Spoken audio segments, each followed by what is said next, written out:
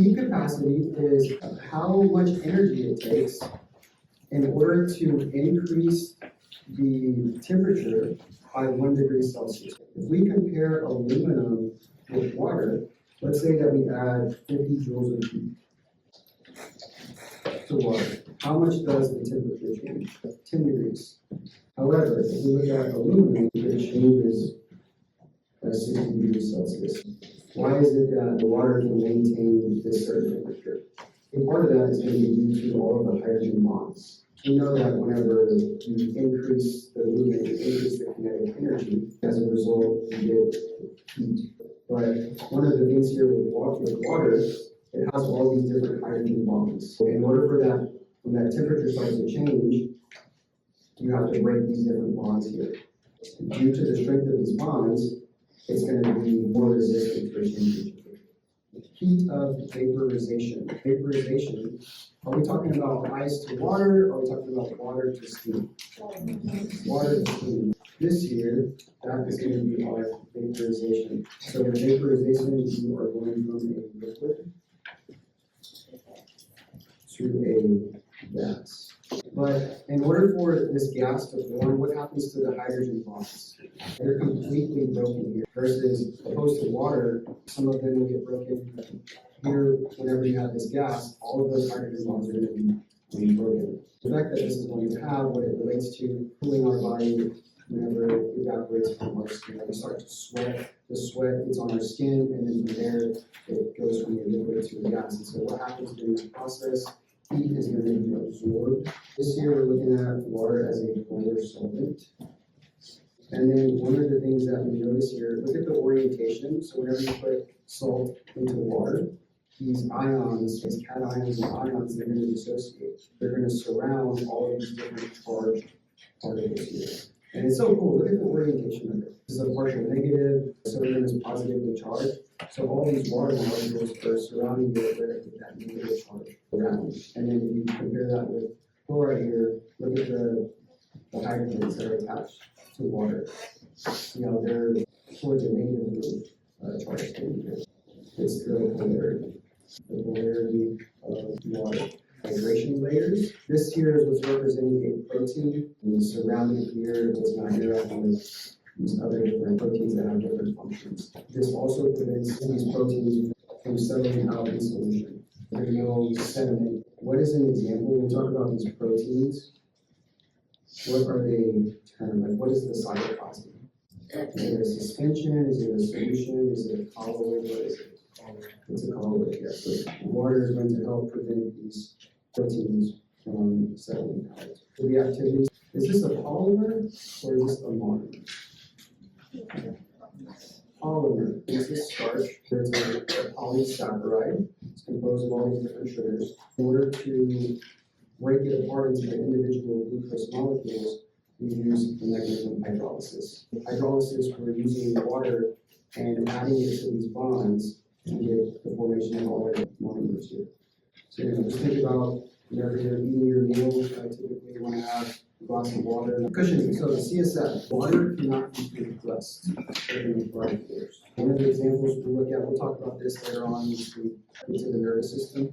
One of the things is the cerebrospinal fluid. So the cerebrospinal fluid, that's what covers the brain here, and so it has that cushioning effect because the brain is going to rattle around a little bit. So you look at your salts, pretty similar. What are salts composed of? They're composed of cations and anions, so positive and negatively charged things here. Are cations positive or negative? Positive. These cations, they're positive, so whenever you add these salts into water, they're going to dissociate, and you look at what happens, how the water molecules are going to surround them. Once they are solvated, they're in their individual components, what can they do? What can they conduct? Electrical, so electrical currents. Acids and bases. So we're going to eventually get to when we start talking about buffers. Why do we need buffers in the blood? Yes, it maintains our blood pH within a certain narrow range. We'll look at an example here how that's actually done. Before we get to that point, we got to understand the basics here. How do we measure these things? What's the main thing here with the acids? We're looking at the concentration of protons. So that's what's going to determine how acidic a solution is. If a solution is highly acidic, we're going to have lots and lots of protons. If a solution is very acidic, is its pH going to be high or low? It's going to be low. You have a high concentration of protons, you're going to have a lower pH.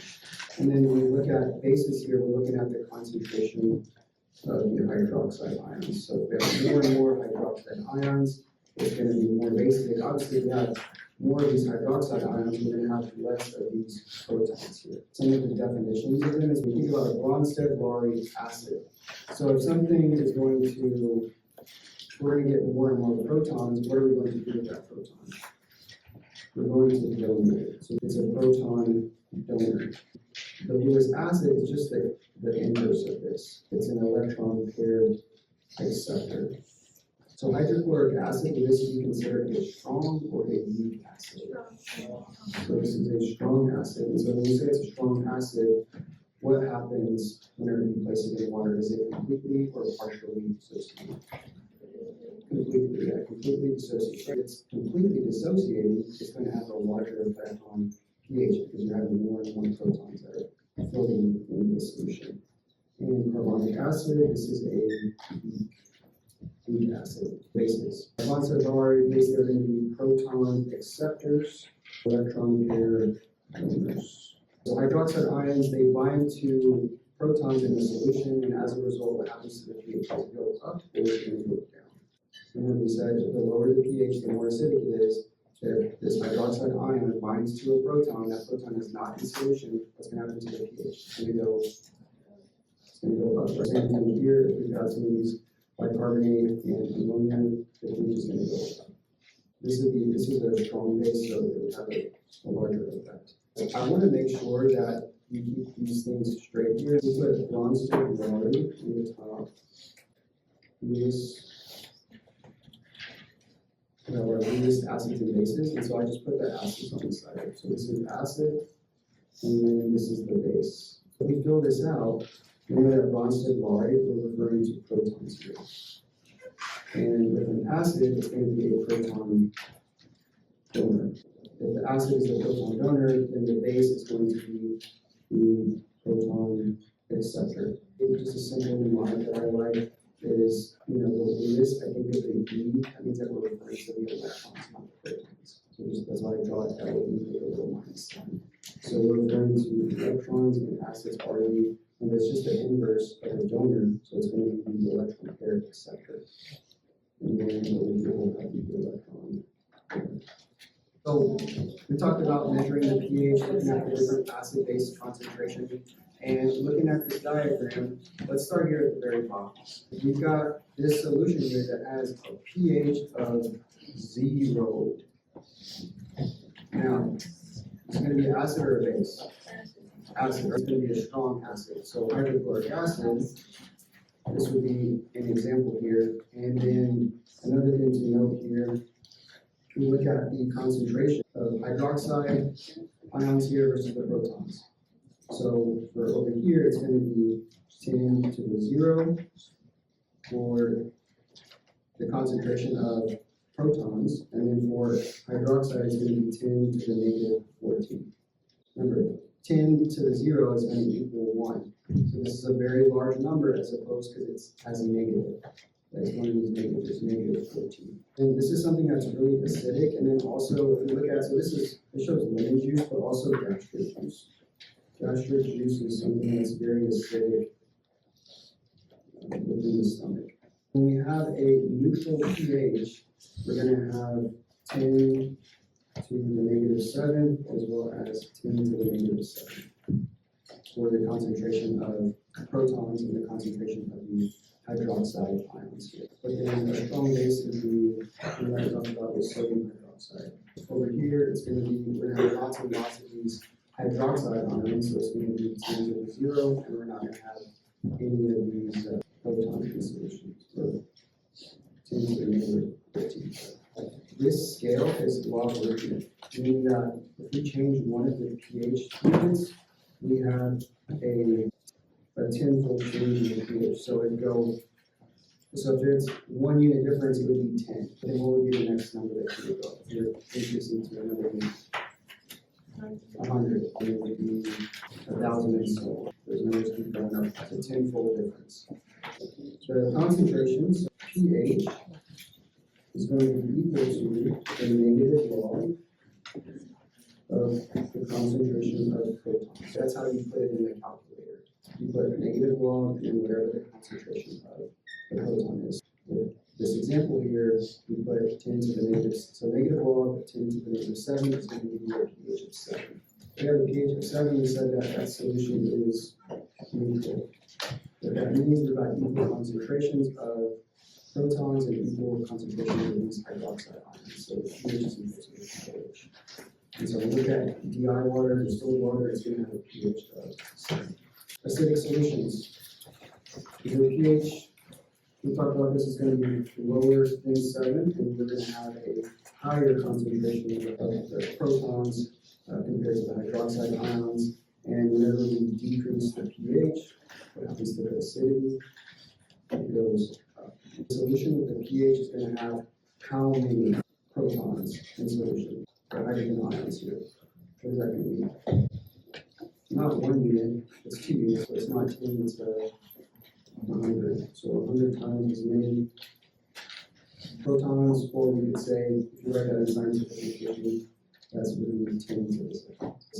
Alkaline or basic solutions, the pH is going to be greater than 7, and the proton concentration is going to be less than the hydroxide concentration. If you increase the pH, you're going to decrease the acidity.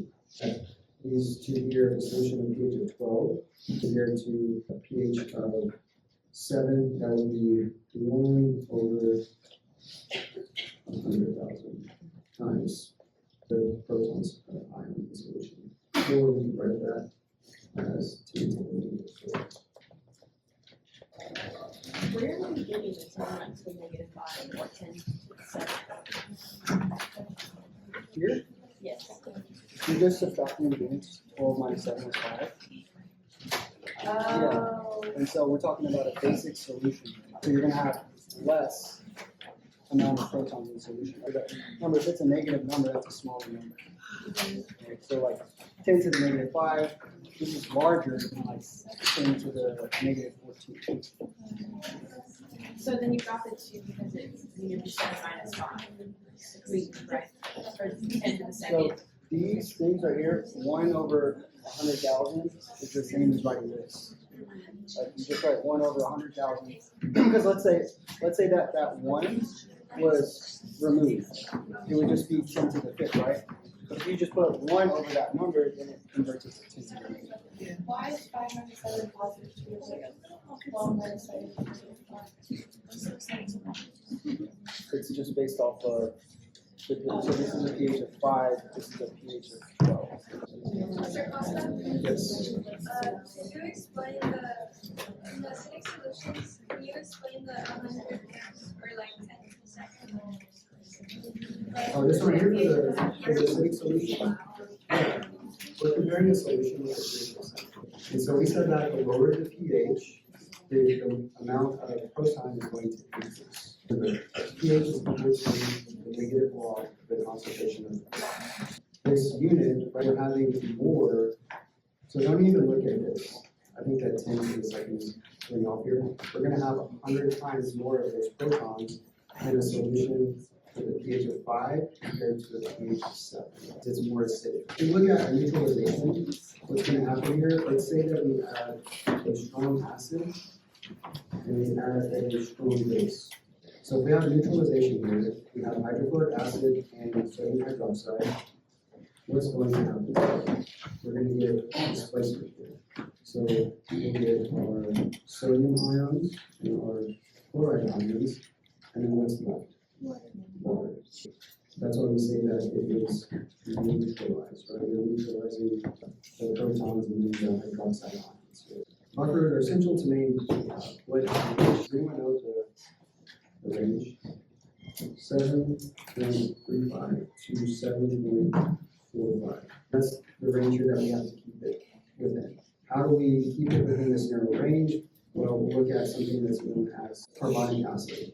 But if we release protons, they act as as acids. If what happens to the pH? If it goes up, if it rises, we're going to bind these protons. They'll act as bases if the pH drops, if the pH goes down.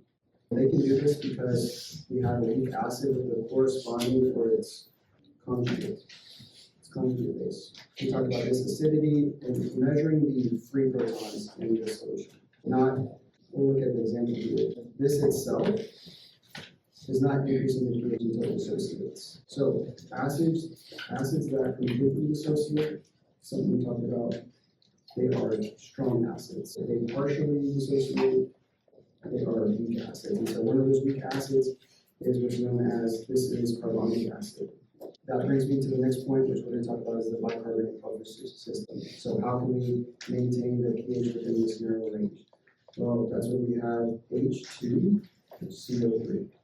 So H2CO3, that's carbonic acid. What will happen, let's say in a situation where the pH starts to go up, it becomes more alkaline. What do we need to do? We need to release some of those free protons in order to make it more acidic. Also give HCO3 mass, which is known as bicarbonate.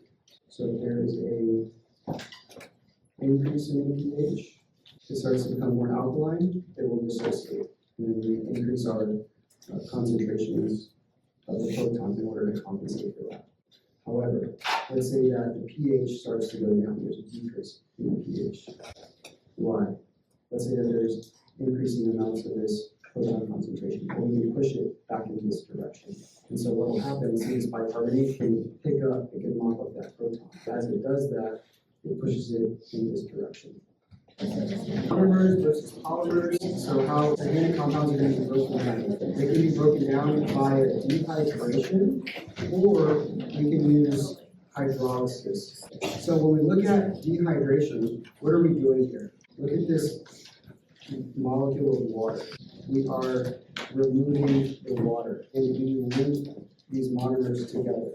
When we use hydrolysis, in order to break this bond using water, we talked about the properties of water, and look how it gets added to each of the individual monomers here. So this is an example here using glucose and fructose to get the formation of sucrose here. So we have arrows, so going back and forward, right, you can push it in one direction and then push it in the other direction. So monomer, a single compound, an example here is glucose. If we have many compounds that are linked together, example we talked about quite a bit is glycogen. And another term for dehydration is condensation. We are forming the bond. If we look at here what's happening to that water, it gets removed water. With hydrolysis, we are breaking this bond, and we are adding water. We add OH and H. Carbohydrates. Ways to look at them, we talk about monomers. Another term for monomer, we have these monosaccharides. Some of these different monomers, and there's different ways to categorize them based off of the number of carbons. All three of these over here, these are hexoses. Because we've got 6 carbons, we found like 1, 2, 3, 4, 5, and then 6 is right there. Now, these are all 6-member rings, so glucose and galactose are, but fructose is a 5-member ring. But that doesn't really matter as far as categorizing it as a hexose, because you count the carbons, 1, 2, 3, 4, 5, and 6. It still has 6 carbons. We compare that with these guys over here, these are pentose sugars. So these are pentose because they've got 5 carbons. 1, 2, 3, 4, and 5. And I'm going in this specific sequence because this is the 1' carbon, the 2', 3', 4', 5' carbon. Now let's look at the relationship. So the relationship between these are what's known as isomers. So they have the same chemical composition, C6H12O6. But what's different is their spatial arrangement of all these different atoms here. We compare these two. Let's see where the difference is. So glucose and galactose. We can see that here in galactose, look at the position of the hydroxyl. For galactose, it's here on top. but then glucose is on the bottom. So then we continue to follow it, it's down, up, and then this one over here, the OH is gonna be down. But then on this one over here, the OH is gonna be on top for the lactose. We categorize these as they are isomers, disaccharides. The mnemonic I like to use is just NLS. All of these have glucose in them, all of these different disaccharides. Maltose is going to have glucose and glucose. Lactose, it has galactose with glucose. And you've got sucrose, the last one over here, and that's composed of glucose and fructose. Isomers, difference here, the molecular formula is the same, C6H12O6, but the spatial arrangement is different for isomers. Comparing the lactose and fructose, these are isomers. The lactose is a 6-member ring, fructose is a 5-member ring. They're different. Categorizing them together, you've got glucose and glucose with maltose, and then you've got glucose and galactose, and then the last one you've got glucose and fructose. But whenever we ingest food, well, some of it's already in this form, but a lot of it, we have to break it down. We have these different polysaccharides actually broken down. This example here is glycogen, right? Where is glycogen stored in the human body? Stored in muscle. It's an energy source. You start to work out, you start to break your glycogen down, and then it's also going to be stored in the liver. And starch, this is going to be stored by plants. The carbohydrates, they are going to be, so glucose, that is our primary source of energy. If we've got any glucose, like we consume, like I said, drinking like a Coke, those carbohydrates, you're going to use those carbs right away, as opposed to fats, to store that as energy for later on. When you think about nutrition, if we have starch here, starch is a polymer that has to get broken down, and then all these different, even these disaccharides have to get broken down. So the reason they have to go through that is so that way they can get into our blood. This represents a cell that's found within the small intestine that enables the movement of these two glucose molecules to pass through the cell and then get into the blood, right? So to be transported to the cells. Storage, so it's converted to glycogen or fat and stored when the amount of ATP is sufficient. And you have to meet the energy demands first when you start to store it as glycogen or fat. And then some of the different structural purposes, deoxyribose, that was an example that we looked at over here, pentose. Deoxyribose, is that found in DNA or RNA? Ribose is found in RNA. Carbohydrates are our primary energy source. We use that on demand. If I have a bunch of pasta, a bunch of rice, I'm going to use that rapidly as an energy source. However, if I fast in the morning, I just have a protein shake. I'm going to keep the protein, keep the amino acids because they're used for structure. Muscle tissue is composed of lots and lots of protein, so you have protein shakes. However, when you fast in the morning, you skip the carbs. What is your body going to use for an energy source? Your fat. You're not giving it that carbohydrate source, so it has to start to burn through the lipids. Components are carbon, hydrogen, and oxygen, but look at this ratio here. It's a 3-to-1 ratio of fatty acids to glycerol. This part that's here at the top, this is the glycerol backbone. And then here on this, or here at the bottom, this is the fatty acid solubility. These lipids, they're going to be insoluble in water, and it's going to be soluble in ethanol. This molecule as a whole, is this part polar or non-polar? This is for phospholipids, but we still have this fatty acid right here. So is this fatty acid polar or non-polar? Non-polar. However, if you look at the top here, look at all of these different charged groups. The difference here is all these different electronegativities here. So this is the polar head. This is the polar head for phospholipids. So now let's look at function. This function has a stored energy and also insulation.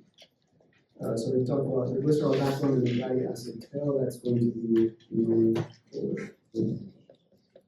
We've got dehydration, photosynthesis, and the location. Fat cells, We've got those energy reserve, and then we need to spin for insulation.